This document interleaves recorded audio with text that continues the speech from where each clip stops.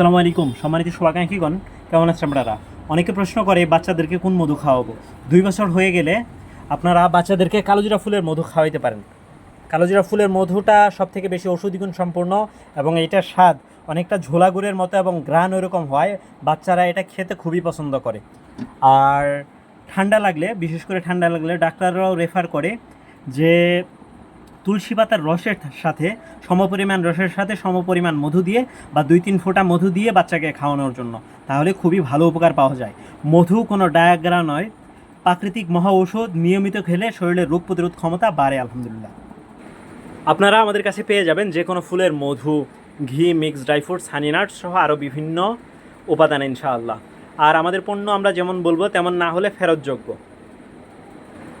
2 বছরের কম বাচ্চাকে মধু না খাওয়ানো উচিত। খাওয়াইলে ডাক্তারের পরামর্শ অনুসারে আমি যেভাবে বললাম, তুলসী পাতার রসের সাথে সমপরিমাণ 1-2 ফোঁটা মধু দিয়ে খাওয়ানো যেতে পারে, যেহেতু তাদের ডাইজেস্টিভ সিস্টেমটা ওই রকমভাবে গ্রো করে না। এই জন্য এই বিষয়টা আমাদের খেয়াল রাখতে হবে।